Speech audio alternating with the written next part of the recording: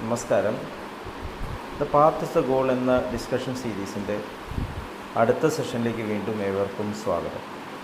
നമുക്ക് ആദ്യം മെഡിറ്റേഷൻ ചെയ്യാം. കണ്ണുകൾ അടച്ച് ശാന്തമായിരിക്കും.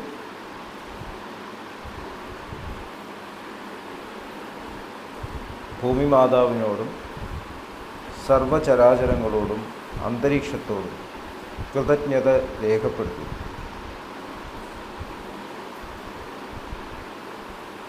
ഭൂമി മാതാവിൽ നിന്നുമുള്ള ഹീലിംഗ് എനർജി കാലുകളിലൂടെ പ്രവേശിച്ച് ശരീരം മുഴുവൻ വ്യാപിക്കുന്നതായും ശരീരത്തിലെ എല്ലാ ഭാഗങ്ങളെയും എല്ലാ കോശങ്ങളെയും റിലാക്സ് ചെയ്യാൻ സഹായിക്കുന്നതായും അനുഭവിക്കും.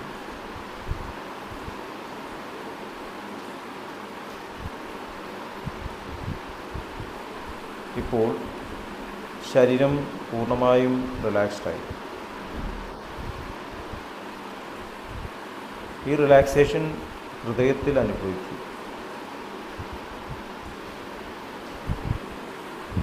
ശ്വാസം ദീർഘമായി ഉള്ളിലേക്ക് എടുക്കൂ. ഹൃദയത്തിൽ സ്നേഹം നിറയുന്നതായി അനുഭവിക്കും.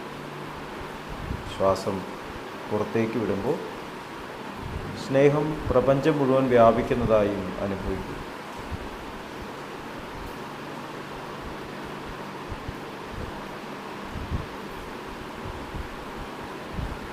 ഹൃദയത്തിൽ കുടികൊള്ളുന്ന സ്നേഹത്തിൻ്റെ സ്രോതസ്സിൽ നിന്നും ഉദ്ഭവിക്കുന്ന ദിവ്യപ്രകാശം മനസ്സിനെ ആകർഷിക്കുന്നതായി അനുഭവിക്കും. ആ ദിവ്യപ്രകാശത്തിൽ ധ്യാനം ആരംഭിക്കും. മനസ്സിൽ ചിന്തകൾ വരുന്നുണ്ടെങ്കിൽ മൃദുവായി അവയെ അവഗണിക്കുക. ദിവ്യപ്രകാശത്തിൽ ധ്യാനം തുടരുക. Please start meditation.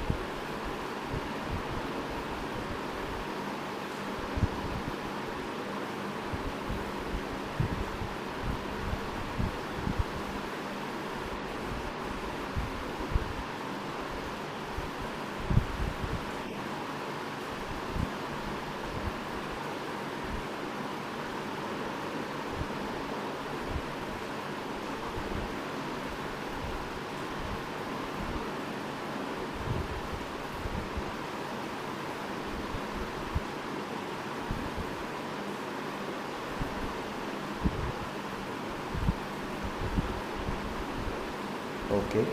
കണ്ടീഷൻ ഹൃദയത്തിൽ നിലനിർത്തി പതുക്കെ കണ്ണുകൾ തുറക്കൂ.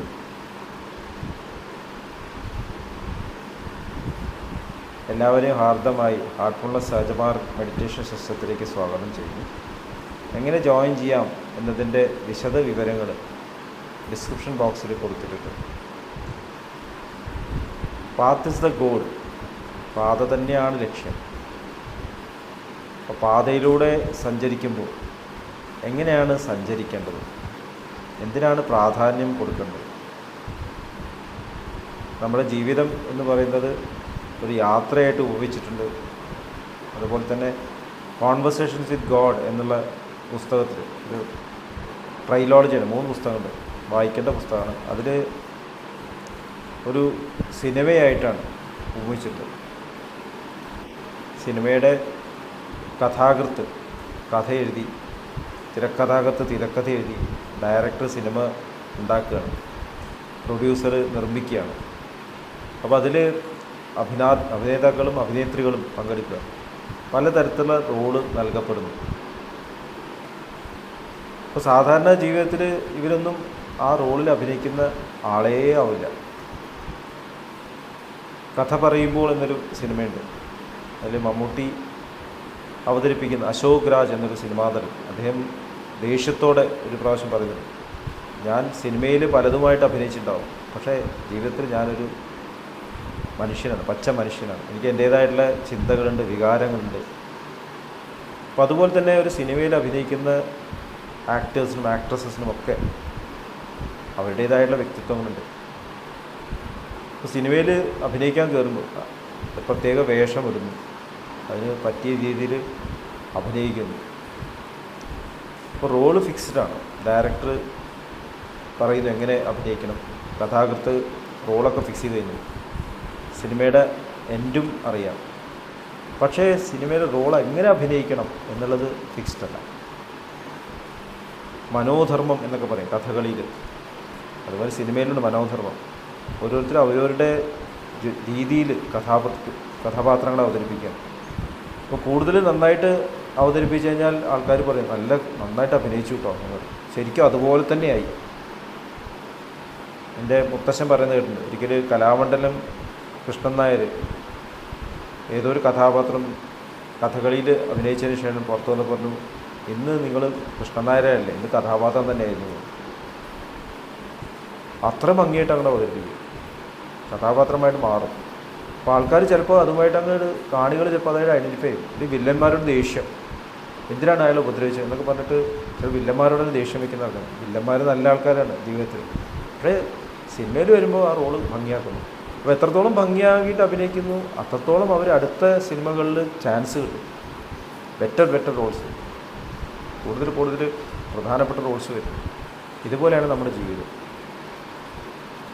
പക്ഷേ ഈ സിനിമ കഴിഞ്ഞിട്ട് ഇറങ്ങി വരുമ്പോൾ ഈ ഡ്രസ്സൊക്കെ അഴിച്ചു വെച്ചിട്ട് ജീവിതത്തിലേക്ക് കടന്നു വരണം. നമ്മുടെ ജീവിതത്തിലും നമ്മൾ പല റോളുകളും അഭിനയിക്കുന്നുണ്ട്. നമ്മൾ ഒരു ഗൃഹനാഥയായിട്ടോ ഓഫീസിൽ അല്ലെങ്കിൽ പൊതുസ്ഥലത്തൊക്കെ പല രീതിയിൽ നമ്മൾക്ക് റോളുകൾ പ്ലേ ചെയ്യണം. അഭിനയിക്കല്ല, നമ്മൾ പ്ലേ ചെയ്യേണ്ടി വരുന്നു. അപ്പോൾ ഇതൊക്കെ ചെയ്യുമ്പോഴും നമ്മൾ ആരാണ് എന്നുള്ള ബോധം വരണം. എന്ത് ചെയ്യുമ്പോഴും നമുക്ക് നമ്മുടെ ഉള്ളിലുള്ള കണക്ഷൻ വേണം. ഇത് കഴിഞ്ഞാൽ അത് അഴിച്ചു വയ്ക്കാൻ പറ്റണം. പലപ്പോഴും അത് അഴിച്ചു വയ്ക്കാൻ പറ്റുന്നില്ല. ഇപ്പോൾ രാഷ്ട്രീയത്തിൽ ഇറങ്ങുമ്പോൾ രാഷ്ട്രീയത്തിൻ്റെ ആ വൈരാഗ്യം ജീവിതത്തിലേക്ക് കൊണ്ടുവരുന്നു. ഓഫീസിലുണ്ടായിട്ട് എന്തെങ്കിലും പ്രശ്നത്തിൽ ദേഷ്യം വന്നിട്ട് അത് പേഴ്സണൽ വൈരാഗ്യಕ್ಕೆ മാറ്റും, മതപരമായിട്ടുള്ള വൈരാഗ്യം. വ്യക്തിയെ പറ്റി മറന്നുപോകും. അപ്പോൾ നമ്മൾക്ക് ആ റോള് ആ സമയത്ത് പ്ലേ ചെയ്ത് അതൊന്ന് മാറാൻ സാധിക്കും. സഹജമാർഗത്തിൽ മാസ്റ്ററായിട്ട് ബാബുജി മഹാരാജ് പറയുന്നത് വൈനിൻ്റെ കുപ്പിമാരെയാണ്. വൈനിൻ്റെ കുപ്പിയിൽ വൈൻ നിറച്ചാലും വൈന് അതിൽ ആസക്തരാകുന്നില്ല. അതുപോലെ നമ്മൾ ആ റോളിൽ അറ്റാച്ച്ഡ് ആവാതെ പ്രവർത്തിക്കാൻ പറ്റും. അതാണ് പാതയിൽ തന്നെ നമ്മളെ ലക്ഷ്യമായിട്ട് ജീവിക്കുക എന്നതിൻ്റെ അർത്ഥം. അതെങ്ങനെയാണ് സാധിക്കുക? അതിനൊരു വഴി മാത്രമേ ഉള്ളൂ. നമ്മൾ സ്നേഹത്തോടെ പെരുമാറുക. സ്നേഹമായിരിക്കണം നമ്മുടെ കമ്മ്യൂണിക്കേഷൻ മീഡിയം. സ്നേഹമായിരിക്കണം നമ്മുടെ മനോഭാവം. എന്ത് പ്രവർത്തിക്കും മനോഭാവം പ്യുവറായിരിക്കണം, സ്നേഹമായിരിക്കണം.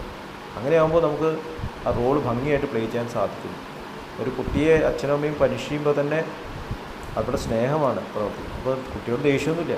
കാരണം കുട്ടി അത് കഴിഞ്ഞാൽ അച്ഛനെ അമ്മയുടെ അടുത്തേക്ക് ഒരു അച്ഛൻ അമ്മയെന്ന് തിരിച്ചു വരും. അപ്പോൾ ദേഷ്യമില്ലാന്ന് കുട്ടിക്കറിയാം. ടീച്ചേഴ്സ് അങ്ങനെ തന്നെയാണ്, നമ്മളും അങ്ങനെ തന്നെയാണ്. അപ്പോൾ അത് അനുഭവിക്കുന്ന ആൾക്കാർ, നമ്മളുടെ കൂടെ ഇൻട്രാക്ട് ചെയ്യുന്ന ആൾക്കാർക്ക് ഇത് മനസ്സിലാവും, അദ്ദേഹം അത് സ്നേഹത്തോടെയാണ് പറഞ്ഞത് എന്ന് മനസ്സിലാവും. അപ്പോൾ നമ്മുടെ ഫൗണ്ടേഷൻ ലവായിട്ട് മാറും, മനോഭാവം ലവായിട്ട് മാറും. അവിടെ ആയിരിക്കും നമ്മുടെ ബേസ് നിൽക്കുന്നത്. അപ്പോൾ എത്രത്തോളം നമുക്ക് അവിടെ നിൽക്കാൻ സാധിക്കുന്നു എന്ന് എങ്ങനെയാണ് മനസ്സിലാവും? സഹജമാർഗത്തിൽ മാസ്റ്ററായിട്ട് ദാജി പറയുന്നത്, നിങ്ങളുടെ ഹൃദയത്തിൽ ഒരു തരത്തിലും ഒരു വൈബ്രേഷൻ ഉണ്ടാവില്ല. അത് ചെയ്തു കഴിഞ്ഞാലും ശാന്തതയുണ്ടാവില്ല. ഞാനത് ചെയ്തു, പറയേണ്ടത് പറഞ്ഞു, കഴിഞ്ഞു. എനിക്ക് ഹൃദയത്തിലൊരു കുറ്റബോധമില്ല, ഒരു ഭാരവുമില്ല. അത് കഴിഞ്ഞിട്ടും എൻ്റെ ഉള്ളിൽ ആ ഭാരം ഞാൻ തോന്നുന്നുണ്ട്. പിന്നെ അതിങ്ങനെ ഡൊമിനേറ്റ് ചെയ്തുകൊണ്ടിരിക്കുക. പിന്നെ സംസാരത്തിൽ അത് വരിക, ചിന്തയിൽ അത് വരിക, ആ മനുഷ്യനായിട്ട് ഇൻട്രാക്ട് ചെയ്യുമ്പോൾ അത് വരിക. അപ്പോൾ അതിൻ്റെ അർത്ഥം ഉള്ളിലത് ഞാൻ മറന്നിട്ടുണ്ട് കേട്ടോ, എന്നാലും എന്ന് പറയാണ്, മറന്നിട്ടില്ല. അതിൻ്റെ അർത്ഥം പറയേണ്ടതൊക്കെ പറയണമല്ലോ, അതൊക്കെ പറഞ്ഞിട്ട് നമ്മളത് ഇടയിൽ കൂടെ പറഞ്ഞു കയറ്റും. അതിൻ്റെ അർത്ഥം അത് പോയിട്ടില്ല എന്നാണ്. പിന്നെ ആ ടോപ്പിക്കിലേക്ക് തിരിച്ചു വരും. അപ്പോൾ അത് യഥാർത്ഥത്തിലൊരു രോഗാവസ്ഥയാണ്. ഇപ്പോൾ രോഗികളോട് സംസാരിക്കും പറയാം, നമ്മൾ ടോപ്പിക്ക് ഡൈവേർട്ട് ചെയ്യാൻ തുടങ്ങിയാൽ പിന്നെയും പറയാം എൻ്റെ ഈ കയ്യിൻ്റെ വേദന എപ്പോഴാണ് മാറുക, അല്ലെങ്കിൽ കണ്ണിൽ ചൊറിച്ചിൽ എപ്പോഴാണ് മാറുക, ബാക്കി ടോപ്പിക്കൊന്നും ശ്രദ്ധിക്കുക. അവരുടെ കാര്യം മാത്രം ആ പോയിൻ്റ് അവർ കിടക്കുക. ഇതുപോലെയായി മാറും. ഇതൊരു അവസ്ഥയാണ്, രോഗാവസ്ഥ പോലെയാണ്. അപ്പോൾ ഈ രോഗാവസ്ഥയിൽ നിന്ന് നമുക്ക് തിരിച്ചു വരണമെന്നുണ്ടെങ്കിൽ, ഇത് നോർമലാവണമെന്നുണ്ടെങ്കിൽ നമ്മൾ സ്നേഹത്തിൻ്റെ മനോഭാവത്തിൽ പ്രവർത്തിക്കണം. എങ്ങനെ പ്രവർത്തിക്കുക എന്നുള്ളതിനെക്കുറിച്ചിട്ട് ഒരു കഥ പറയാം.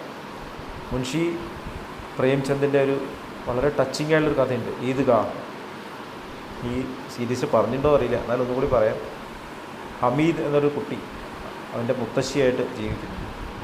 അപ്പോൾ അച്ഛനും അമ്മയൊക്കെ മരിച്ചു. അപ്പോൾ അവിടെ ഈദ്ഗാഹിൻ്റെ ഫെസ്റ്റിവൽ വരും.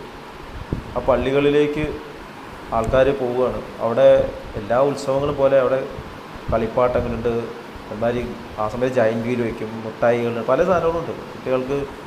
അല്ലെങ്കിൽ സ്ത്രീകൾക്ക് വളയിടാൻ ഡ്രസ്സുകൾ പലതും അവിടെ സ്റ്റാളുകളുണ്ട്. അപ്പോൾ മുത്തശ്ശി എവിടുന്നോ കുറച്ച് പൈസ സംഘടിപ്പിച്ചു, 2-3 ഉറുപ്പ്യ ആ കാലത്ത് അവൻ്റെ കയ്യിൽ കൊടുക്കുക. എന്നിട്ട് നീ എന്തെങ്കിലും വാങ്ങിയിട്ട് നിനക്ക് വേണ്ടി എന്തെങ്കിലും വാങ്ങിക്കുമെന്ന് പറയും. അപ്പോൾ ഹമീദ് പോവുകയാണ്. ഹമീദ് ഈദ്ഗാഹിന് പോയിട്ട്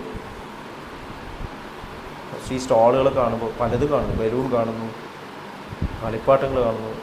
ഇതൊക്കെ വേഗം കേട്. വെറുഗ്രൗണ്ട് കേട്ടിട്ട് എന്താ എത്ര നേരം ആ സമയം കഴിഞ്ഞ സന്തോഷം കഴിഞ്ഞില്ലേ. അപ്പോൾ അതിലൊന്നും അവന് ആകർഷണം വരില്ല. അപ്പോൾ അവൻ്റെ മനസ്സിൽ മുത്തശ്ശീനെയാണ് അവൻ സ്മരിക്കുന്നത്. മുത്തശ്ശിക്ക് എന്തെങ്കിലും വാങ്ങിക്കൊടുക്കണം. മുത്തശ്ശി ഇവന് വേണ്ടി ചപ്പാത്തി ഉണ്ടാക്കുമ്പോൾ കൈ കൊണ്ടാണ് ഇങ്ങനെ മറിച്ചിടുക. അപ്പോൾ കയ്യിൽ വിരലൊക്കെ പൊള്ളിയിട്ടുണ്ട്, അതവൻ കാണാറുണ്ട്. ഇടയ്ക്ക് അവൻ മരുന്നൊക്കെ പറ്റി കൊടുക്കാറുണ്ട്. അപ്പോൾ ഇതിനെന്താ ചെയ്യുക? അപ്പോൾ നോക്കുമ്പോൾ ഒരു കടയിൽ, ഇരുമ്പിൻ്റെ കടയിൽ ചവണ, ചിമട്ട എന്നാണ് ഹിന്ദിയിൽ പറയുക, ചവണ ഇങ്ങനെ പിടിച്ചിട്ട് മറിച്ചിടാൻ പറ്റുന്ന ചവണ കണ്ടിട്ടുണ്ടാവും. അപ്പോൾ അത് ഇവൻ വിചാരിക്കും ഇത് മുത്തശ്ശിക്ക് വാങ്ങിക്കൊടുക്കാം. അപ്പോൾ കടക്കാരനോട് ഈ ചവണ എനിക്ക് തരൂ, എത്ര വില എന്ന് ചോദിക്കുമ്പോൾ അവൻ്റെ ഒരു 3 ഉറുപ്പ്യേ ഉള്ളൂ, അവർ പറയും 4 ഉറുപ്പ്യ എന്നത്. അപ്പോൾ ഇവൻ പറയും എൻ്റെ അത്ര ഇല്ലല്ലോ. എന്നിട്ട് കുറേ കരഞ്ഞ് സങ്കടം പറഞ്ഞ് ബാർഗെയിൻ ചെയ്ത് അവസാനം അതവൻ മേടിച്ചു. ആ കടക്കാരൻ ഇറക്കി കൊണ്ടുപോയിക്കോന്ന് പറയും. ഇവൻ തിരിച്ചു വരികയാണ്, ഈ ചവണ തോളത്ത് വെച്ച് ഇങ്ങനെ വരികയാണ്. അപ്പോൾ കുട്ടികളൊക്കെ ബലൂൺ കൊണ്ടുവരുന്നു, കളിപ്പാട്ടങ്ങൾ കൊണ്ടുവരുന്നു, അവർ മുട്ടായി കഴിക്കുന്നു. അപ്പോൾ ഒരു കളിയൊക്കെ എന്താ ഹമീദ് ഇത് ആരെയും വാങ്ങുമോ ചവണ? കുട്ടികൾക്ക് വാങ്ങാനുള്ള സാധനമാണത്, അല്ല കളിപ്പാട്ടം വാങ്ങിക്കൂടെ? അപ്പോൾ ഈ ഹമീദ് പറയും നീ നിൻ്റെ ബലൂൺ താ, ഞാൻ ഈ ചവണ കൊണ്ട് അടിച്ച് പൊട്ടിക്കും. നീ നിൻ്റെ കളിപ്പാട്ടം താ, ഞാനിത് നശിപ്പിച്ച് തകർക്കാം, ഇതിന് തോൽപ്പിക്കാൻ ആർക്കും പറ്റുമോ? അപ്പോൾ കുട്ടികൾക്കൊക്കെ തോന്നും ശരിയാണല്ലോ, ചവണ ഭയങ്കര സ്ട്രോങ് ആയിട്ടുള്ള സാധനമാണല്ലോ. അത് ഹമീദിനോട് ബാർഗെയിൻ ചെയ്യാം, ഞാൻ നിൻ്റെ കളിപ്പാട്ടം തരാം, നീ എൻ്റെ ചവണ തരുമോ? ഞാൻ എൻ്റെ ബലൂൺ തരാം, നിൻ്റെ ചവണ തരുമോ? അപ്പോൾ ഹമീദ് ഞാൻ തരില്ല. അവൻ ധൈര്യം സന്തോഷമായിട്ട് ഒരു രാജാവിനെ പോലെ തിരിച്ചു വരികയാണ്. ഇത് മുത്തശ്ശിയുടെ അടുത്ത് വന്ന് പറയാണ്, കേട്ടോ മുത്തശ്ശി ഞാനൊരു സാധനം വാങ്ങിയിട്ടുണ്ടല്ലോ. അപ്പോൾ മുത്തശ്ശി പറയും എന്താ നീ കൊണ്ടുവന്ന്? കൈൻ്റെ പുറകിനെ പിടിച്ചിരിക്കുക, ചവണ നീ എടുത്ത് കാണിക്കും. മുത്തശ്ശി അങ്ങോട്ട് ദേഷ്യം വരും. നീ ഇത്രയും കാലം എനിക്കൊരു എന്തെങ്കിലും സാധനം വാങ്ങിക്കോട്ടെ എന്ന് ഇത്രയും പൈസ നിലനിർത്താറുണ്ട്, നീ ഈ സാധനമാണോ കൊണ്ടുവന്നിരിക്കുന്നത്? ഇതാണ് കുട്ടികൾക്ക് വാങ്ങേണ്ട സാധനം. അപ്പോൾ സമീപിൻ്റെ അങ്ങനെ സങ്കടം, എത്ര സന്തോഷമായിട്ട് വന്നു പെട്ടെന്ന് അവർ സങ്കടമായി. ഹമീദ് കരഞ്ഞുകൊണ്ട് മുത്തശ്ശി ചപ്പാത്തി ചുടുമ്പോൾ കൈ പൊള്ളുന്നത് കാണാറുണ്ട്. അപ്പോൾ ആ ഓർമ്മ കൊണ്ടാണ് ഞാൻ ഈ ചവണ വാങ്ങി, മുത്തശ്ശി കൈ പൊള്ളരുത്, എനിക്ക് അതേ മനസ്സിലുണ്ടായിരുന്നത്. ആ മുത്തശ്ശിയും കണ്ണിൽ വെള്ളം വരും. മുത്തശ്ശി ഹമീദിനെ ചേർത്ത് പിടിക്കും. അപ്പോൾ എന്തായിരുന്നു ഹമീദിനെ ഈ ഡിസിഷൻ എടുക്കാൻ പ്രേരിപ്പിച്ചത്? സ്നേഹം ഉണ്ടെങ്കിൽ തീരുമാനങ്ങൾ കറക്റ്റാവും, അനാവശ്യ സ്ഥലത്തേക്കൊന്നും മനസ്സ് പോവില്ല. അപ്പോൾ നമ്മുടെ ജീവിതത്തിൻ്റെ ഫൗണ്ടേഷൻ സ്നേഹമാവണം, സ്നേഹം നമ്മൾ മാനിഫെസ്റ്റ് ചെയ്യണം എന്നുള്ള ഈ ഡിസ്കഷൻ നമുക്ക് തുടരാം. അടുത്ത സെഷൻ വരേക്കും വിട വാങ്ങുന്നു. നന്ദി, നമസ്കാരം.